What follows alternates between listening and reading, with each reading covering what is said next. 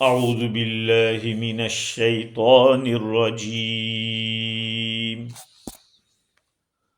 بسم اللہ الرحمن الرحیم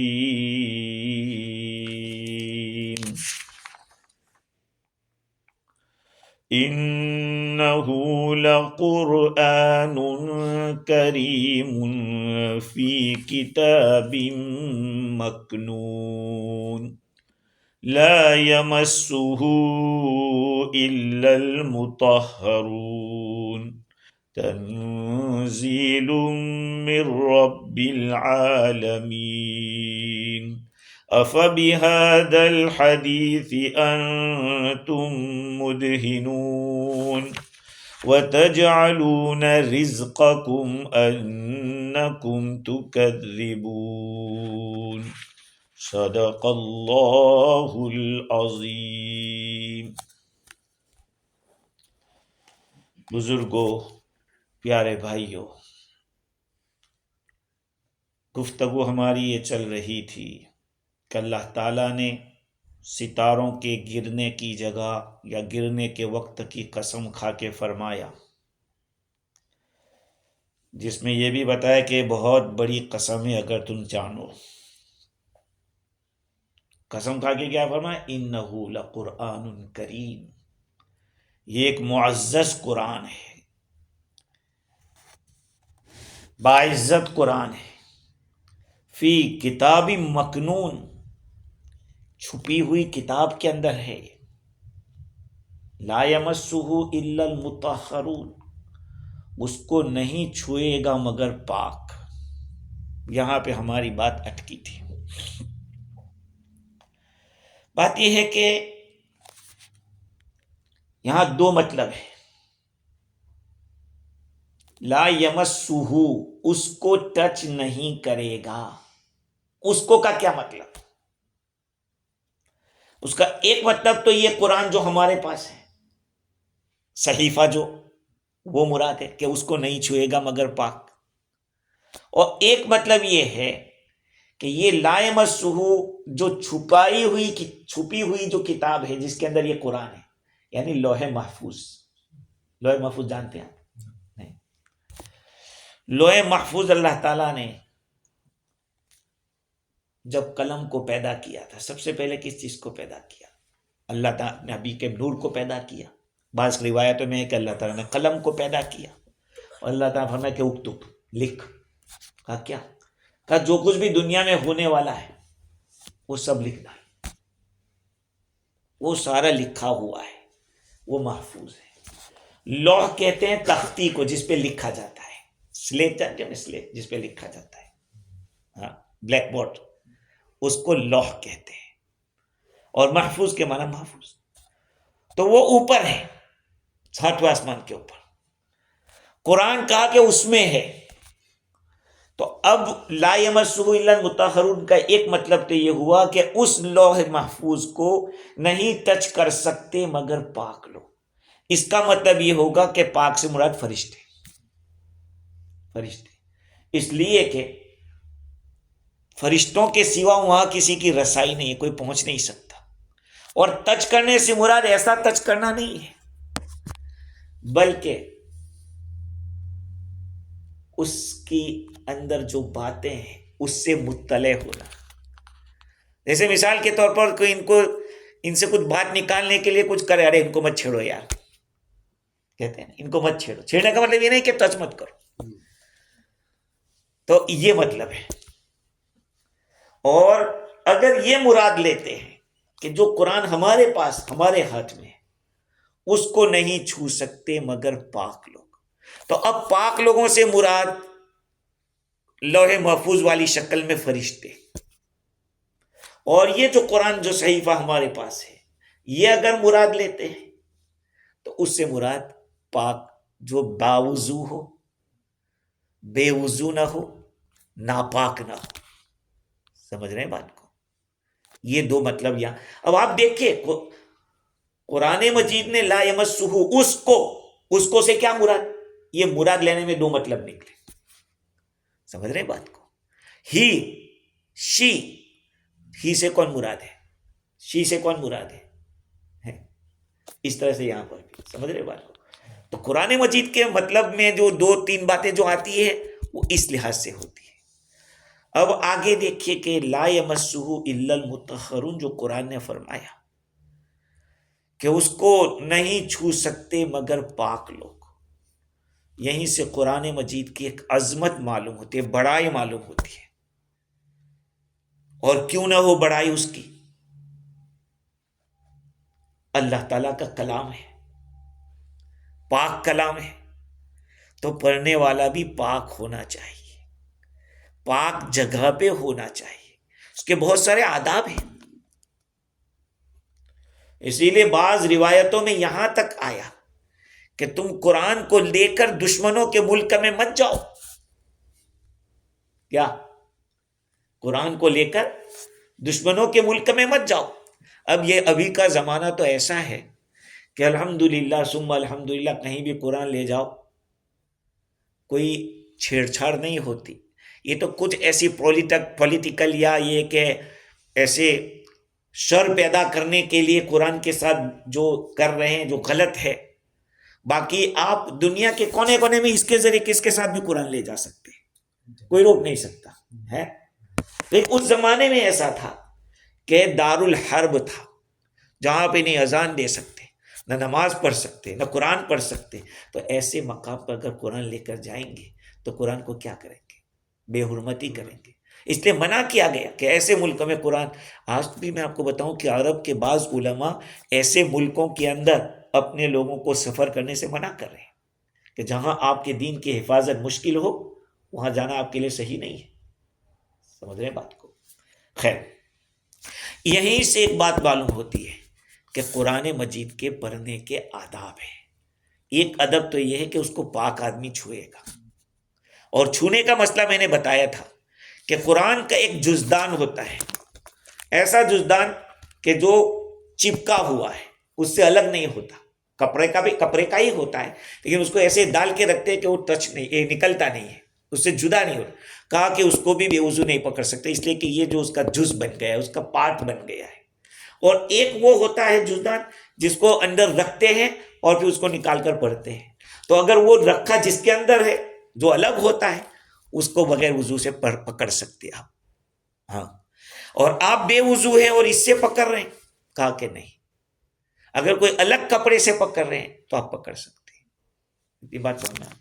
اچھا، اس کے ساتھ ساتھ قرآن مجید کو کے بارے میں آداب میں علامہ آلوسی بغدادی رحمۃ اللہ علیہ نے لکھا کہ پڑھنے والے کو چاہیے کہ قبلے کی طرف رخ کریں، وقار کے ساتھ، سکینت کے ساتھ اور ڈرتے ہوئے، سر کو جھکاتے ہوئے قرآن کو پڑھے. اور پڑھنے کے لیے مسواک بھی کرے. آدمی قرآن کو پڑھنے کے لیے مسواک بھی کرے اور ٹھہر ٹھہر کر پڑھے، دنا دن ایسا کہ اس کا کوئی حرف سمجھ میں ہی نہ آتا ہو. اس لیے ہم کہتے ہیں کہ ایسا قرآن پڑھنا تراویح میں جس میں پیچھے والوں کو پتہ ہی نہ چلتا ہو، یا علم تعلمون ہوتا ہو، تو پھر علم طرح پڑھنا بہتر ہے. جہاں قرآن کی عظمت ہی نہ ہو. اتنا تو آپ کو معلوم ہونا چاہیے کہ ہاں قرآن پڑھا جا رہا ہے، یہ سواد پڑھا، یہ سین پڑھا، یہ شین پڑھا، یہ آپ کو اتنا تو احساس ہونا چاہیے. لیکن بعض جگہ پہ ایسا ہے کہ قرآن تراویح کو جلدی ختم کرنے کے لیے ایک بوجھ سمجھ کے پھٹافٹ، نہ رکوع نہ سجدہ، نہ اس کے اندر کوئی خشوع نہ خضوع، پھٹافٹ. اور کیا سوچتے ہیں؟ بہت فاسٹ ہے یار، بہت اچھا. اور پبلک چاہتی ہے کہ جلدی کرو جلدی کرو. یہ قرآن کی حدیث میں آیا، رب قارئ للقرآن والقرآن یلعن. بہت سارے قرآن پڑھنے والے ایسے ہیں کہ قرآن ان پہ لعنت کرتا ہے. اذا خل بمبانی او معانی، یعنی اس کے پروناؤنسیشن میں گڑبڑ کر رہے ہیں. جہاں اسٹاپ کرنا ہے وہاں اسٹاپ نہیں کرتے. دیکھو اسٹاپ سے بھی معنی بدل جاتا ہے. بیٹھو مت جاؤ، بیٹھو مت جاؤ. اگر بیٹھو پہ اگر یوں کہا کہ بھائی بیٹھو مت جاؤ، تو مطلب یہ ہوگا کہ ان کو جانے نہیں دینا ہے. اگر بیٹھو مت جاؤ، اسٹاپ کیا، بیٹھو مت جاؤ، معنی بدل گیا. عربی میں بھی ایسا ہوتا ہے کہ آپ نے اسٹاپ کی جگہ بدل لی تو معنی بدل جائے گا. اس نے وہ احکام بھی جاننا ہے. تو اللہ کا شکر ہے کہ اس میں جو سائن لگا دیا کہ میم ہے تو you should stop, you must stop دے. لا کہا کہ ڈونٹ اسٹاپ، گو کنٹینیو. اس طرح سے جو قرآن میں لکھے اوقاف، رموز اوقاف، اس کا رعایت کرنا ضروری ہے. تو قرآن کے آداب میں سے غور و فکر کرنا، رونا یا رونے جیسی شکل کرنا، آواز کو پڑھنے میں اچھا کرنا، اس کو ذریعہ معاش نہ بنانا، روزی کا ذریعہ نہ بنانا. آج ایسا ہو رہا ہے، قرات کرنے جاتے 50,000 روپے چاہیے، 1000 امریکن ڈالر چاہیے. ایسے قرہ ہیں جو ایک ایک قرات کے ہزاروں روپے لے رہے ہیں. انڈیا میں ایسی مجلسیں ہو رہی ہے. تو کہا کہ لا يتخذوا معیشت، اس کو ذریعہ معاش نہ بنائے. اسی طرح سے اس کی حفاظت کرے، پڑھتا رہے، ایک آیت بھی بھول نہ جائے. حدیث شریف میں اتنی سخت وعید آئی ہے کہ نبی اکرم صلی اللہ علیہ وسلم کا ارشاد امام ابو داؤد نے نقل کیا، میرے سامنے میری امت کے گناہ پیش کیے گئے، یہ تھے آپ کی امت کے گناہ ہیں. فلم ار ذنبا اعظم من سورۃ القرآن او آیہ اوتیہا رجل ثم نسیہ. میں نے اس سے بڑا گناہ نہیں دیکھا کہ کسی بندے نے سورت قرآن کی کوئی سورت یاد کر لی یا کوئی آیت یاد کر لی، پھر اس کو وہ بھول گیا. کہا اس سے بڑا گناہ میں نے کوئی نہیں دیکھا. اب بھول جانے کا کیا مطلب؟ بھول جانے کا ایک مطلب تو یہ ہے کہ دماغ میں ہی نہیں ہے، چلی گئی. لیکن یہ بہت مشکل ہے. بعض دفعہ آدمی جب شوگر کا مریض ہوتا ہے نا تو اس کا دماغ جواب دینے لگتا ہے، وہ بھولنے لگتا ہے، بہت سی باتیں بھول جاتا ہے. تو علماء کرام نے اس کا مطلب یہ نکالا کہ اندر دیکھ کر بھی نہیں پڑھ پاتا. ایسا بھول گیا کہ اندر دیکھ کر بھی نہیں پڑھ پاتا. یہ وعید کا مستحق، یہ اس وعید کا مستحق وہ ہے. سمجھے؟ دوسری ایک بات قرآن کا ادب یہ ہے کہ جس روم میں قرآن ہے اس قرآن کے سامنے بیوی کے ساتھ صحبت نہ کی جائے، اس کے ادب کا لحاظ رکھا جائے. اگر آدمی صحبت کرنا چاہتا ہے تو اس پر پردہ کر دے، اس کو چھپا دے. اور ایک ادب یہ بھی ہے کہ قرآن کے اوپر اور کسی کتاب کو نہ رکھے. دوسرا قرآن تو رکھ سکتا ہے، لیکن چاہے حدیث کی کتاب کیوں نہ ہو، دین کی کوئی کتاب کیوں نہ ہو، اور تورات، زبور، انجیل اس میں سے کوئی کتاب وہ تو ہے ہی، لیکن اور کوئی کتاب بھی نہیں رکھ سکتے. ایون آسمانی کتابیں اس کو بھی نہیں رکھ سکتے قرآن کے اوپر. سے قرآن سب سے اعلیٰ درجے کی کتاب ہے، یہ اس کا ادب ہے. اور اتنی بات یاد رکھیں، ادب سے جو محروم ہوا، بے ادب محروم گش از فضل رب. محروم ہوتا ہے بے ادب آدمی اللہ کے فضل سے، اس کو اللہ کا فضل نہیں ملتا ہے، وہ محروم رہتا ہے. تو یہ ساری باتیں قرآن مجید کے آداب میں سے. بے وضو آدمی قرآن پڑھ سکتا ہے، بے وضو، لیکن ٹچ نہیں کر سکتا جس کا وضو نہیں ہے. اور جس پر غسل فرض ہے وہ قرآن کو ٹچ بھی نہیں کر سکتا، قرآن کو پڑھ بھی نہیں سکتا، مسجد میں ٹھہر بھی نہیں سکتا، مسجد میں داخل بھی نہیں ہو سکتا. کیوں ایسا؟ دیکھو پڑھنا تو ثابت ہے، حضور اکرم صلی اللہ علیہ وسلم سے پڑھنا ثابت ہے، صحابہ سے ثابت ہے. چنانچہ حضرت عبد الرحمن ابن زید فرماتے ہیں کہ ہم لوگ حضرت سلمان فارسی رضی اللہ تعالیٰ عنہ کے ساتھ تھے. ہم کسی ضرورت کے لیے گئے، تھوڑی دیر میں حضرت سلمان رضی اللہ عنہ سے غائب ہو گئے، کہیں چلے گئے، فارغ ہونے کے لیے گئے. پھر جب ہمارے پاس آئے تو ہم نے کہا کہ حضرت آپ وضو کر لیتے تو اچھا تھا، ہم آپ کو کچھ قرآن کے بارے میں پوچھتے تو آپ جواب دیتے. تو آپ نے فرمایا کہ پوچھو. میں قرآن تھوڑی چھو رہا ہوں، چھونا منع ہے بغیر وضو کے، پڑھنا تو منع نہیں. اس کو پاک لوگ چھوتے ہیں. پھر انہوں نے یہ آیت پڑھی، لا یمسہ الا المطہرون. دوسری ایک بات آداب قرآن میں سے، اگر آپ نے ایسا تھوڑا ہلکا سا، یعنی ایسا ہے کہ تھوک باہر نکلتا نہیں ہے ایسا، اور ایسا کیا تب تو کوئی حرج نہیں ہے. لیکن اس طرح سے تھوک لے کر ہی ایسا کر رہا ہے بعض علماء کرام نے بہت ہی سخت وعید بتلائی ہے اس کی، بہت سخت وعید۔ چنانچہ صاحب روح البیان نے آداب کے اندر لکھا کہ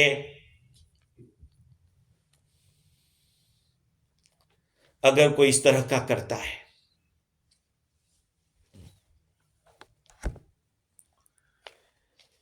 تو اگر بے عزتی کی، بے حرمتی کی نیت سے کر رہا ہے تو یہ کفر ہے، کیونکہ قرآن مجید کی کسی بھی چیز کو اس طرح سے کرنا، بے حرمتی کرنا، یہ جائز نہیں ہے۔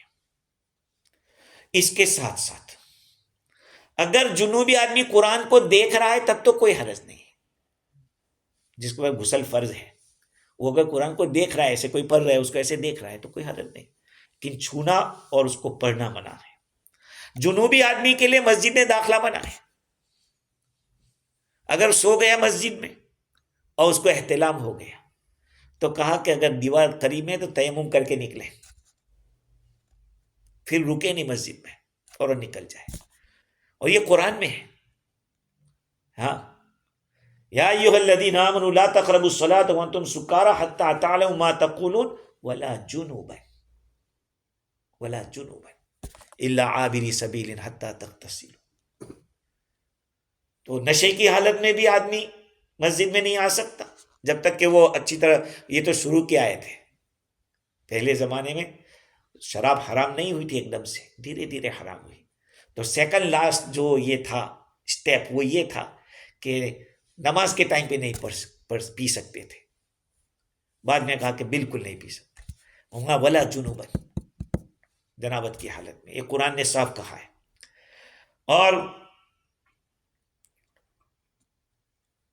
حیض کی حالت میں بھی نہیں، نفاس کی حالت میں بھی عورت نہیں یہ کر سکتی۔ جہاں تک بچوں کا مسئلہ ہے، بچے قرآن پڑھ رہے ہیں، اگر بے وضو پڑھ لیں تو بعضوں نے کہا کہ ان کو روکا جائے گا جیسے بالغ لوگ ہیں، لیکن کچھ لوگوں نے کہا کہ ان کو سختی سے منع نہیں کیا جائے گا، اس لیے کہ اگر بچے کو ہم روک دیں گے تو پھر قرآن سیکھے گا کب ہے؟ اس کے پڑھنے کا زمانہ، سیکھنے کا زمانہ بچپنا ہے، اور بچپنے میں وہ ادب سے کہاں واقف ہوتا ہے۔ اور دوسری بات یہ ہے کہ بچہ اگرچہ پاک ہے لیکن اس کی طہارت کاملہ نہیں ہے، کیونکہ بعض علماء کے نزدیک وضو میں نیت ضروری ہے، ہم حنفیوں کے نزدیک وضو میں نیت ضروری نہیں ہے۔ بعض علماء کے نزدیک کہا کہ لا وضو لمن لم ینوی، یہ حدیث ہے، بغیر نیت کے وضو ہی نہیں۔ ہم کہتے ہیں کہ بغیر نیت کے ثواب نہیں ملے گا، وضو تو ہو جائے گا، وضو کا جو ثواب ہے وہ نہیں ملے گا، کیونکہ بھائی پانی تو اپنا کام کر کے رہے گا، پانی کا کام ہے پاک کرنا، وہ تو پاک کر کے رہے گا۔ خیر، تو بات یہ چل رہی تھی، اب سوال یہ ہے کہ بے وضو آدمی قرآن کو پڑھ سکتا ہے، چھو نہیں سکتا، اور جو آدمی جنابت والا ہے وہ نہ چھو سکتا ہے نہ پڑھ سکتا ہے، ایسا کیوں؟ اس کی کیا وجہ ہے؟ امام راضی یہ فرماتے ہیں کہ میں یہاں پہ غور کر رہا تھا، سوچ رہا تھا کہ آخر اس میں کیا گہرائی ہے۔ امام شافعی رحمۃ اللہ علیہ کا قول انہوں نے نقل کیا، وہ کہتے میرے دماغ میں ایک ایسی بات سمجھ میں آئی تو اس کا شکریہ میں نے سمجھا کہ اس کو لکھ دوں، کیونکہ آدمی جب سوچتا رہتا ہے نا، یہ اللہ تعالیٰ بہت سی باتیں اگر صحیح سوچتا ہوتا ہے تو اللہ تعالیٰ کچھ باتیں دل میں ڈالتا بھی ہے، وہ اس کو آپ کو قید کرنا پڑتا ہے، لکھنا پڑتا ہے، وہ بار بار آتا نہیں ہے، نکل جاتا ہے، بھگ جاتا ہے۔ بہت سی اچھی باتیں آپ کے دماغ میں آتی ہیں لیکن آپ اس کو لکھ کے نہیں رکھتے، وہ بھگ جاتی ہے۔ تو انہوں نے کہا کہ میں نے سوچا کہ لکھ دوں اس کے بارے میں۔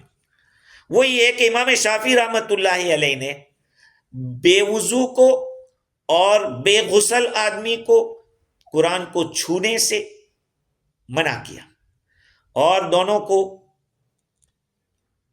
غیر طاہر قرار دیا، ناپاک قرار دیا کہ بھائی نہیں، اور ذکر کا اچھا پھر جنوبی کو تو قرآن کو پڑھنے سے بھی روکا، بے وضو کو نہیں۔ بھائی یہ کیوں؟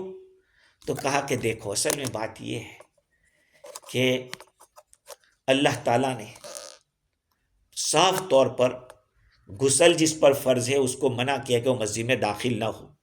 جب مسجد میں داخل نہیں ہوگا گویا کہ اللہ نے اس کو ذکر کا اہل نہیں سمجھا ہے، وہ ذکر نہیں کر سکتا. قرآن سب سے بڑا ذکر ہے، قرآن مطلق ذکر. قرآن کو اللہ تعالیٰ نے کہا وَإِنَّهُ لَذِكْرٌ، یہ ذکر ہے. اگرچہ لفظ اللہ وہاں نہیں آ رہا ہے پھر بھی کہا کہ یہ ذکر ہے، اور افضل الذکر کہا ہے قرآن کی تلاوت کو. تو مسجد بنی کیوں ہے؟ ذکر کے لیے بنی ہے. اور اللہ تعالیٰ فرماتے فی بیوت اذن اللہ ان ترفع ویذکر فیہا اسمہ.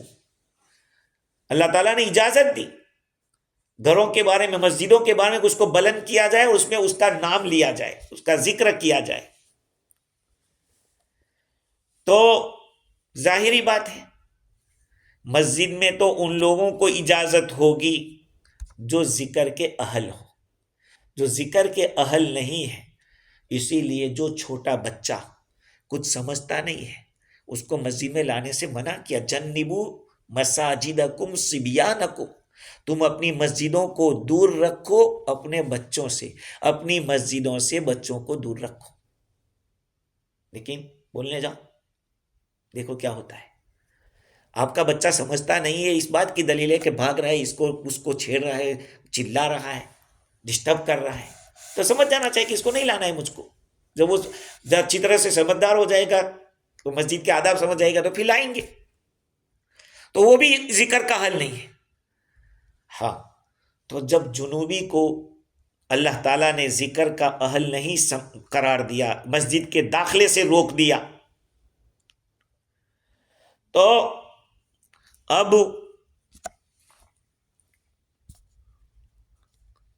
قرآن مجید کے اندر اللہ تعالیٰ نے قرآن کو ذکر کہا.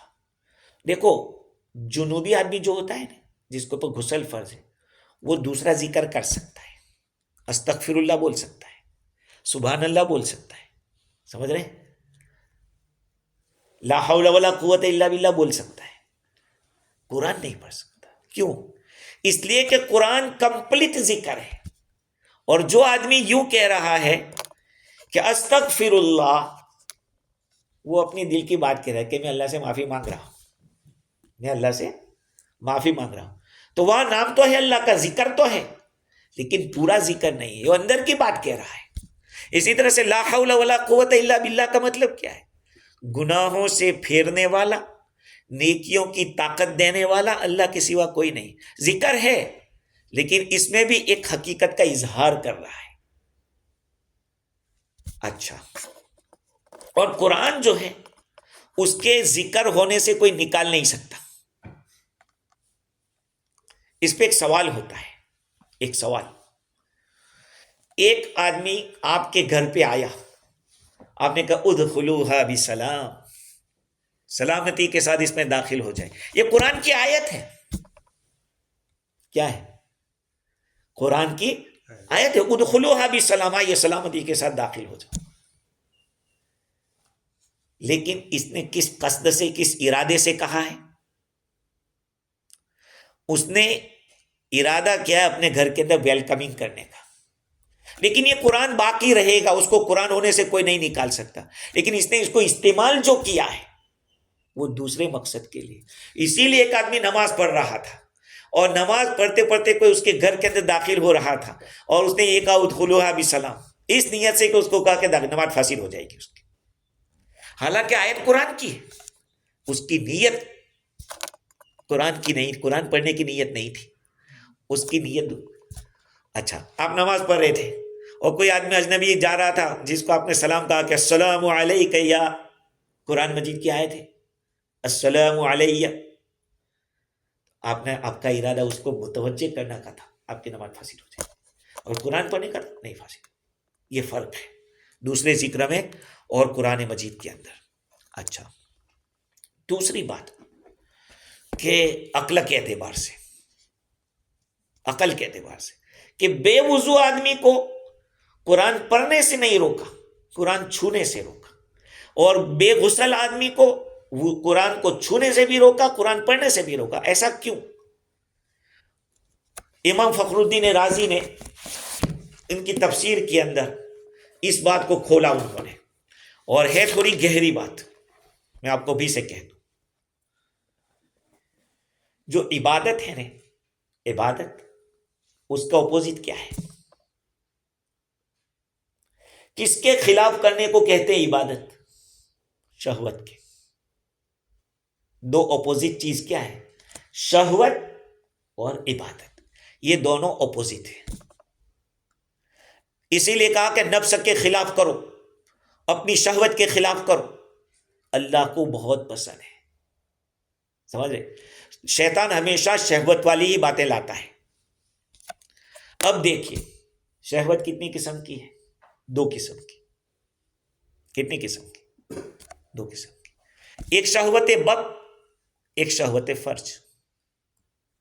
شہوت بطن پیٹ کی، اور ایک ہے شرمگاہ کی شہوت. ان دو شہوتوں میں بہت بڑا فرق ہے. اس لیے کہ پیٹ کی جو شہوت ہوتی ہے وہ جب آدمی کو بھوک خوب لگتی ہے تو اس وقت وہ حاجت ہوتی ہے. آدمی کو بھوک بہت لگی ہے، وہ شہوت حاجت کی ہوتی، حاجت کی شہوت. اور اگر اتنا بھوکا ہے کہ مرنے کے قریب ہے تو وہ ضرورت کی شہوت ہے. وہ ایسی شہوت ہے جو ضروری ہے، نہیں کرو گے نہیں کھاؤ گے. یہاں تک علماء نے لکھا کہ آپ کے پاس کوئی کھانا نہیں ہے، مردار ہے، سور کا گوشت ہے، مرے ہوئے جانور کا گوشت ہے، آپ نے نہیں کھایا اور مر گئے تو گنہگار ہوں گے.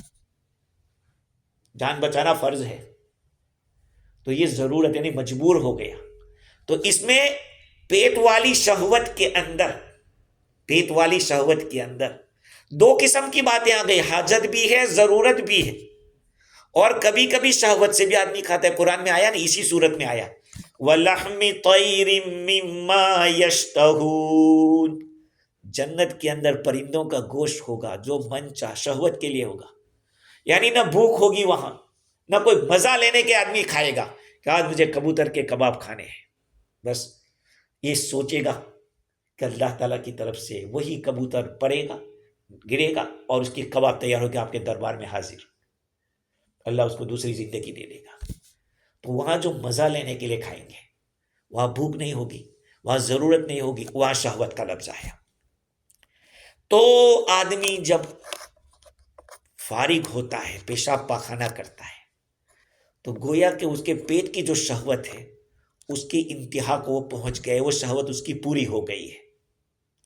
اس کے اور یہ جو شہوت ہوئی وہاں حاجت بھی ہو سکتی تھی، ضرورت بھی ہو سکتی تھی، یا شہوت بھی ہو سکتی تھی، بہت کچھ ہو سکتا تھا. بالکل شہوت مکمل خالی شہوت نہیں ہے.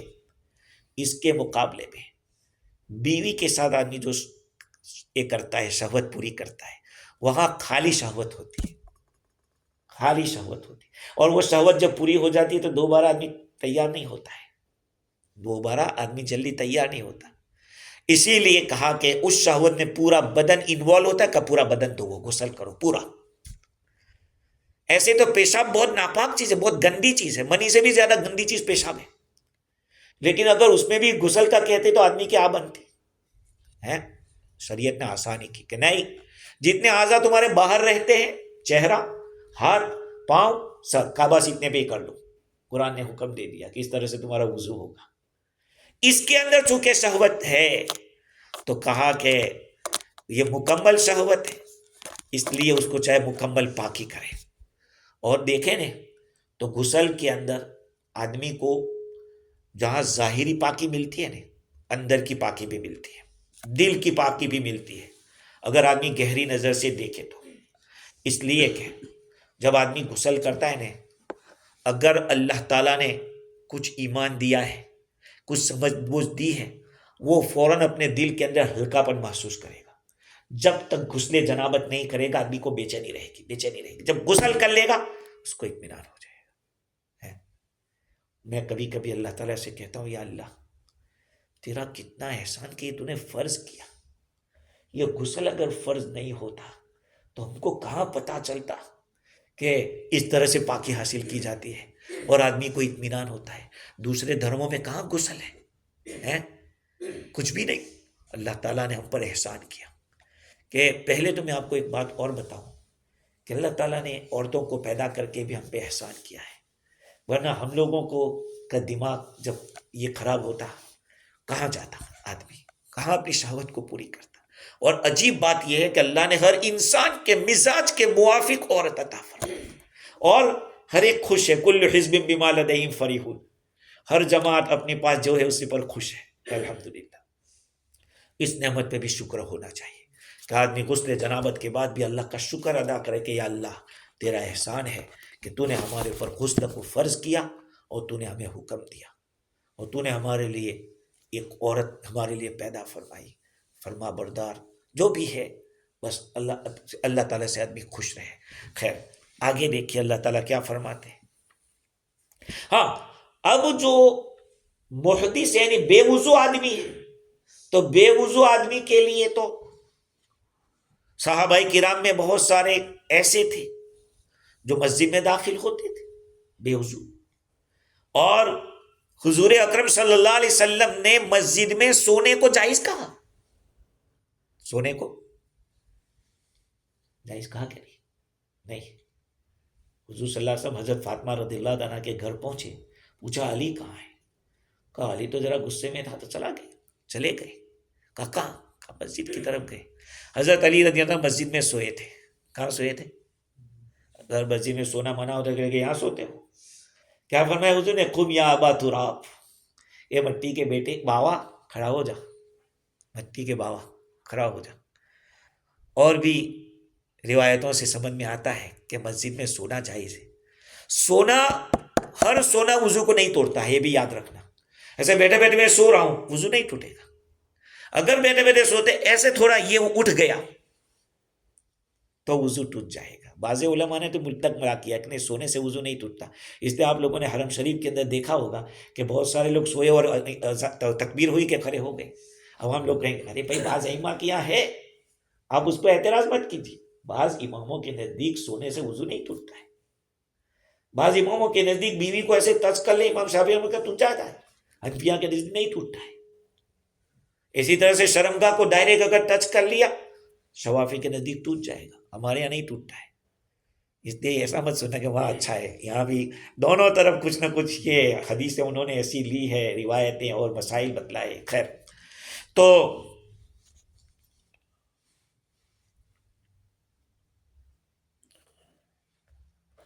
بے وضو آدمی کو اس لیے کہا گیا کہ وہ قرآن کو پڑھ سکتا ہے لیکن ٹچ نہیں کر سکتا. قرآن کی آیت لا یمسہ الا المطہرون.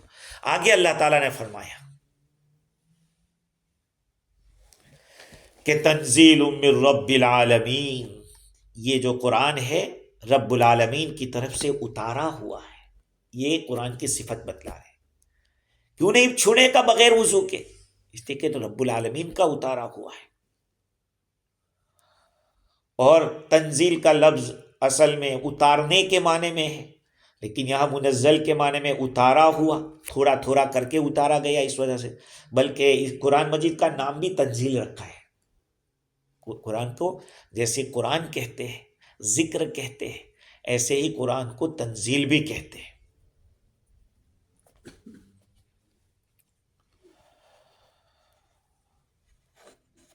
امام رازی نے لکھا ہے کہ سوال یہ ہوتا ہے کہ تنزیل کو منزل ہی لکھ دیتے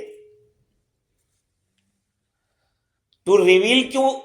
تنزیل کے اصل معنی ہے تو ریویل, اور معنی یہاں مراد لیا گیا واٹ از ریویلڈ فرام رب العالمین. ایسا کیوں کیا؟ تو کہا کہ اصل میں جو مصدر ہوتا ہے تو ریویل جو ہے اس کا تعلق فاعل کے ساتھ بھی ہے, مفعول کے ساتھ بھی ہے, لیکن مفعول کے ساتھ جو اس کے ساتھ قائم ہوتا ہے. دوسری بات امام رازی نے یہاں پر یہ بھی لکھی کہ قرآن مجید میں اللہ تعالیٰ نے مدخل صدق کل ممزق اس طرح کے الفاظ استعمال کیے کیونکہ فعل دکھتا نہیں ہے لیکن مفعول دکھتا ہے, اس نے تنزیل کا لفظ استعمال کیا. من رب العالمین, رب العالمین کی طرف سے آیا ہے. یہ اللہ تعالیٰ نے کیوں بیان کیا کہ رب العالمین کا کلام ہے؟ اصل میں کفار قریش کہتے تھے کہ یہ تو جادوگر ہے، نعوذ باللہ، یہ تو جیوتش ہے، کاہن ہے، یہ اپنی طرف سے کلام لائے ہیں. اللہ تعالیٰ نے کہا کہ نہیں، ان کا لایا ہو نہیں، یہ رب العالمین کا دیا ہوا ہے. اس سے بھی کلام اللہ کی تعظیم معلوم ہوتی ہے کہ یہ ایرے گہرے نٹھو کھیرے کا کلام نہیں ہے کہ آپ ایسے ہی رکھ دو، اللہ ہمیں معاف فرمائے. بہت سارے مسلمان بھی ایسے جاہل قسم کے ہوتے ہیں، جیسے اس بک کو یہ سوچتے ہیں کہ ایک آرڈینری ایسے پھینکتے ہیں. بائبل کو تو ہم نے دیکھا کہ وہ تکیہ بنا کے سو جاتے ہیں اس کو، بائبل کو، اور ایسے پھینک دیتے ہیں. اسی لیے ہم منع کرتے ہیں. بعض علماء کا فتویٰ تو یہی ہے کہ قرآن مجید کو غیر عربی زبان میں نہ لکھا جائے. قرآن مجید کو یعنی AL حمدو HAMDU للہ LILLA رومن میں جو بنا لکھا ہے، جائز نہیں ہے. اس لیے کہ دنیا کی کوئی زبان عربی زبان کا بدل نہیں ہو سکتا. آپ دعات انگلش میں کہاں سے لائیں گے؟ دعات ہے انگلش میں؟ دعات ہے نہیں. ذال ہے؟ ذال نہیں. ظاہری بس. صاد ہے؟ صاد نہیں ہے. تو یہ ان حروف کو لائیں گے کہاں سے؟ اب آپ کہیں گے کہ جو بگنر ہے اس کو کیا کریں گے؟ اس کو سیکھنا چاہیے آ کے قرآن الحمد سے، ایسے پہلے زبان ہی سیکھ لے کچھ صورتیں. ہاں، باقی یہ ہے کہ انگلش سے اگر قرآن پڑھنے جائے گا تو آدمی اس کا حق ادا نہیں. تو اس سے قرآن مجید کی تعظیم معلوم ہوتی ہے کہ رب العالمین کا کلام ہے، اور کلام کی عظمت متکلم کے کلام سے ہوتی ہے. جتنا بولنے والا بڑا ہوتا ہے، بعض باتیں ہم لوگ ایسے سمپل بولتے ہیں، اس کو کوئی بھی ڈائلاگ نہیں کہتا، اور وہ جو فلم انڈسٹری کے اندر کچھ بول دیتا ہے اس کو ڈائلاگ کہتا ہے. یا کیا ڈائلاگ مارا ہے؟ کیوں؟ کیونکہ ان کی دنیا میں وہ بڑا ہے. سمجھ رہے؟ دوسری بات یہ ہے کہ کچھ روافظ کا ایک فرقہ ایسا ہے، روافظ شیعوں کی ایک جماعت ہے، وہ ایسا ہے کہ ان کا کہنا یہ ہے کہ یہ جبرائیل علیہ السلام لے کر گئے تھے پہلے حضرت علی کے یہاں، اور پھر وہاں سے حضور کے یہاں گئے. اور بعض کا تو یہاں تک ماننا ہے کہ جبرائیل علیہ السلام کی بھول ہو گئی تھی، جانا تھا علی کے یہاں، بھول سے چلے گئے نبی کے یہاں. نعوذ باللہ ثم نعوذ باللہ. یعنی 10,000 مرتبہ دنیا میں حضرت جبرائیل علیہ السلام حضور کے پاس آئے. کتنی مرتبہ؟ 10,000 مرتبہ. تو 10,000 مرتبہ غلطی کرتے رہے. نعوذ باللہ ثم نعوذ باللہ. وہ تو یہاں تک مانتے کہ وہ قرآن کے 40 سپارے تھے، 10 بکری کھا گئی. ان کے والد تھا، ان کی نکاح. خیر اللہ ہم سب کی حفاظت فرمائے، ہمارے عقائد کو اللہ تعالیٰ محفوظ رکھے. تو ان کا جواب دیا گیا کہ تنزیل من رب العالمین افبہذا الحدیث انتم مدہنون. اب قرآن کہہ رہا ہے کہ اس بات سے تم لوگ سستی کر رہے ہو، اس بات کو تم جھٹلا رہے ہو. وَتَجْعَلُونَ رِزْقَكُمْ أَنَّكُمْ تُكَذِّبُونَ، اور تم اپنا رزق اسی کو بناتے ہو کہ جھٹلاتے ہی جا رہے ہو. تو پہلے افبہذا الحدیث انتم مدہنون. مدہنون کا مطلب یہ ہے کہ تکذیب کرنا. تم اس بات کی تکذیب کرتے ہو، تصدیق نہیں کرتے ہو. ایک تشریح یہ ہے، اور یہ قول ہے سدی کا، ضحاک کا، ابو حزرہ کا. امام مجاہد فرماتے ہیں کہ مدہنون کا مطلب یہ ہے کہ تم لوگ افبہذا الحدیث انتم مدہنون، تم اس قرآن کے بارے میں ان کے ساتھ نرمی کا معاملہ کر رہے ہو، ان کی طرف مائل ہو رہے ہو. تو اب سوال یہ کہ افبہذا الحدیث، اس حدیث سے کیا مراد ہے؟ قرآن کو حدیث کہا گیا ہے تو کیوں کہا گیا قرآن کو حدیث؟ حدیث کے معنی تو نیا آتا ہے. ہم تو کہتے ہیں قرآن قدیم ہے. قرآن کیا ہے؟ قدیم کا معنی جانتے؟ نو بگننگ نو اینڈنگ. اللہ قدیم ہے، اللہ تعالیٰ کی ذات واجب الوجود ہے، ہمیشہ سے ہے، ہمیشہ رہے گی. تو قرآن کو حدیث کہا، اور حدیث کہتے ہیں نئی چیز کو، حالانکہ قرآن قدیم ہے. آپ کو معلوم ہونا چاہیے کہ امام احمد رحمۃ اللہ علیہ کے زمانے میں، جو کہ امام شافعی رحمۃ اللہ علیہ کے شاگرد ہیں، ایک بہت بڑا فتنہ پیدا ہوا تھا، فتنہ خلق قرآن. قرآن کریشن ہے کہ نہیں ہے، یہ ایک بہت بڑا مسئلہ تھا. بہت سارے علماء بہہ گئے بادشاہ کی بات میں آ کے. امام احمد رحمۃ اللہ علیہ کو اتنا مارا گیا پیٹا گیا کہ پورے بدن پہ نقش آ گئے. کہا کہ مان جاؤ، کا نہیں مانوں گا. قرآن قدیم ہے اور قرآن کریشن نہیں ہے، مخلوق نہیں ہے. ہاں، اس پہ ان کو بہت مارا گیا، لیکن اللہ تعالیٰ نے ان کو دنیا کے اندر بشارتیں سنائی. امام احمد کا نام آج بھی دنیا میں باقی ہے، اور جو ستانے والے تھے وہ تو کوئی بھی نہیں رہا، ان کا کوئی پوچھنے والا بھی نہیں. خیر، تو حدیث سے مراد نیا تو ہے، لیکن چونکہ اس قرآن مجید کو حدیث اس لیے کہا گیا کہ قرآن میں حوادث امور ہے. حوادث امور یعنی جو کچھ آنے والی نئی نئی باتیں دنیا میں آنے والی ہیں، قیامت آئے گی، ہے یاجوج و ماجوج نکلیں گے، یہ جو کچھ باتیں حوادث اس میں قرآن میں آپ کو ملیں گے. اور حدیث سے مراد یہاں جیسے میں نے عرض کیا کہ قرآن ہے. قرآن کو حدیث اس لیے بھی کہا گیا کہ اس کو پڑھنے سے ہر دفعہ نئی لذت محسوس ہوتی ہے. اس کے دوسری بات، جتنا پڑھو گے اس کے اندر جدت پیدا ہوتی رہے گی، نئے نئے معنی آپ کو ملے گا. قرآن مجید ایک ایسا درخت ہے کہ جس کے پھل کبھی ختم نہیں ہوں گے. زمانہ چلتا چلا جائے گا، لیکن آپ کو آپ کے مسائل کا سولوشن قرآن و حدیث سے ملتا جائے گا. دور آتا جائے گا. آج 1450 سال ہو گئے اسلام کو، لیکن کوئی ایسا کہے کہ یار اس کا تو کوئی شریعت میں کوئی جواب ہی نہیں ہے، اس مسئلے کا کوئی حل ہی نہیں ہے، کوئی آج تک ایسا آیا نہیں ہے. اللہ کے رسول صلی اللہ علیہ وسلم نے قرآن مجید کی تشریح اس طرح سے کی. اللہ تعالیٰ نے کلام ایسا اتارا کہ آپ وہ چشمہ پہنیں گے. سائنٹسٹ پہنے گا تو سائنس نظر آئے گا اس کو، ہے، اور کوئی وزڈم اور حکمت کی بات تلاش کرنے والا تو اس کو حکمت کی باتیں ملے گی. خیر، اللہ تعالیٰ نے اس میں ہر چیز کا تبیان لکل شیء، ہر چیز کی وضاحت ہے. تو اب سوال یہ ہے کہ حدیث سے مراد ایک قول تو یہ ہے کہ یہ قرآن مراد ہے، اور رازی نے لکھا کہ قرآن قدیم تو ہے لیکن کلام جدید کی لذت دیتا ہے، نئے نئے کلام کی لذت دیتا ہے. ایک قاری پڑھے گا تو کچھ عجیب مزہ آئے گا، دوسرا پڑھے گا تو مسجد نبوی کا امام پڑھتا ہے تو کچھ الگ لگتا ہے، مسجد حرام کا امام پڑھتا ہے تو کچھ الگ، مسجد قباء والا پڑھتا ہے تو کچھ الگ. یہ ہے نئی ہونے کی بات، اور ایسی بات جو کبھی سنی نہیں گئی. قرآن کی بات ایسی ہے. اور بعضوں نے یہ کہا کہ اصل میں اس کا تعلق اوپر سے ہے. جب وہ کفار کہتے تھے کہ اِذَا مِتْنَا وَكُنَّا تُرَابًا، ہم جب مر جائیں گے، مٹی ہو جائیں گے، اَإِنَّا لَمَبْعُوثُونَ، کیا ہم دوبارہ اٹھائے جائیں گے؟ أَوَآبَاؤُنَا الْأَوَّلُونَ، ہمارے اگلے باپ دادا بھی اٹھائے جائیں گے؟ اللہ تعالیٰ قُلْ إِنَّ الْأَوَّلِينَ وَالْآخِرِينَ، کہا سب اگلے پچھلے سب آئیں گے. اللہ تعالیٰ فرماتے أَفَبِهَذَا الْحَدِيثِ أَنْتُمْ مُدْهِنُونَ، ارے اس بات کو تم جھٹلا رہے ہو. جو بات ہم پہلے کہہ چکے تمہارے سامنے، ہم نے کتنے دلائل پیش کر دیے. تمہارے کھیتی کا مسئلہ پیش کیا، ہم نے تمہارے پانی کا مسئلہ پیش کیا، آگ کا مسئلہ، یہ ساری باتیں ہم تم کو بتلا چکے، پھر بھی اس بات کو تم جھٹلا رہے ہو. انتم مدہنون، یہ مدہنون کا لفظ آیا. مدہن اصل میں مدہن کا جو لفظ ہے دہن سے بنا، اور دہن کہتے تیل کو، ادہان کہتے تیل مالش کرنے کو.